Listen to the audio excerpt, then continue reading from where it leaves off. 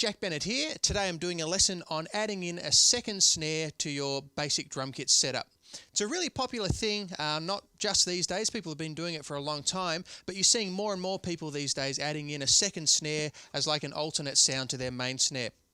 Whether you go for a smaller drum like I've done, this one here is a little 10-inch by 4-inch. I just call it a popcorn snare. There's other names out there like Firecracker and things like that. But basically it's going for that really high-pitched, funky sound, which is, I guess, a characteristic of, back in the 70s and so forth, when DJs were speeding up records and all the drum sounds got really high. The snare drum, of course, was one of those sounds that got high, and now it's a really characteristic sound that we try and imitate and emulate. And choosing a really small snare drum is a great way of achieving that. But not only going for that really high-pitched funk sound, you see some people using basically a regular 14-inch snare. It might be fairly deep, and they've got it detuned not only with the tension rods but the snare strainer quite often as well.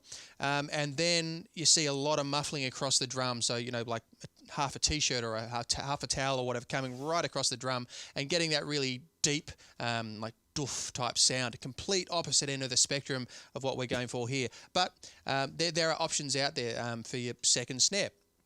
All right, so basically what I was just playing then was like a James Brown funk groove. If I just play it on the regular snare, it's like...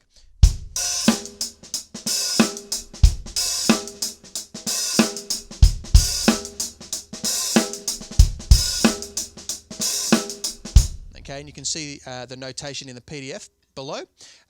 So basically you're opening the hi-hat on beat 1 and 3 and.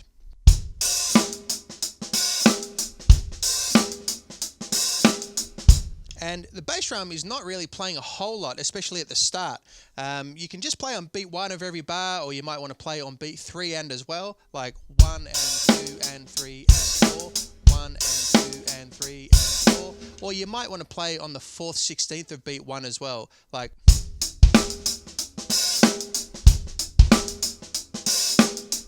that sort of thing. Okay, obviously I'm playing it over here on the popcorn snare, or the small little drum over here, and it sounds like this.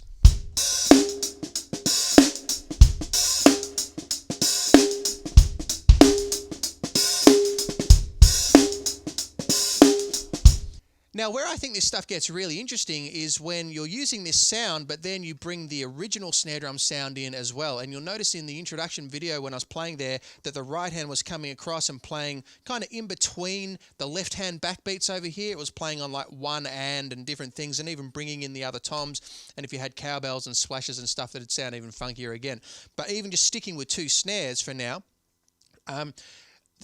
a good idea is even just playing on beat 1 and with the right hand. So let's just keep it really basic. We'll get rid of all of the ghost notes, and we'll even take out all the hi-hat glissers, and we'll go back to just the meat and potatoes beat. Right? All we're going to do from here is bring the right hand over to the main snare on beat 1 and. Right? So 3, 4, 1 and 2, 3, 4, 1 and 2, 3, 3, 4, 1 and 2, 3, 4, 1. Now we'll add in the snare on beat 4 and. All right? 1, 2, 3, 4 and 1, 2, 3, 4 and 1, 2, 3. Okay, let's do them both. 1 and 4 and with the right hand on the snare. Okay? 1, 2, 3, 4.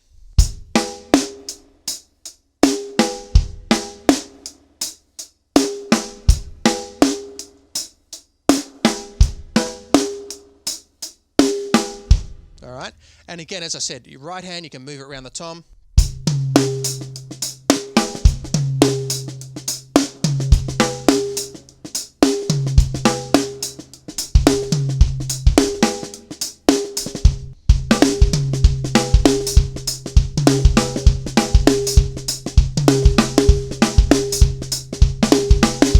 From there, you can start mixing things up. You can add in extra bass drum notes. You can start moving the right hand between the hi-hat, the first tom, the snare drum, start playing some different rhythms. What I'm going to do now is play the funky cowbell beat, as it's known, which is basically just a linear beat.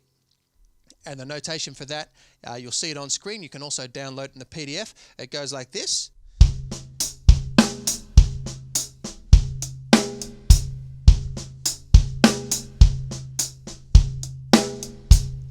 If we swing it, we get...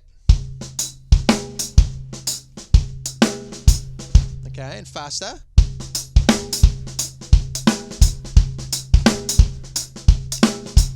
Okay, if I start moving that right hand pattern around, start sounding really funky. If I go something like this, 1, 2, 3, 4.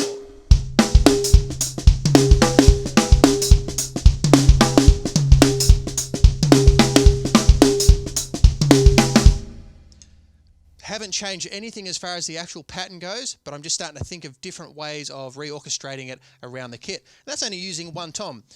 I've got 4 toms here. You could be using cowbells, wood blocks, splashes, all sorts of different things. Okay, so it's interesting when you use 2 snares, because they're different pitches and so forth. The rhythms really start to stand out like their own voice. We're talking music about multi-voicing and so forth. Obviously, having different pitches, it really brings things out. I always notice when I play linear beats, whatever beat it is, that as soon as I put the right hand on something really distinctive sounding like a cowbell or a wood block, rather than just playing it on the hi-hat, which is fine, and certainly use that in a lot of applications, but I just find that as soon as you put it on something that has a really clear sound, it just really stands out like its own part. And doing that with the snare drum, with 2 snare drums, is another way of achieving that.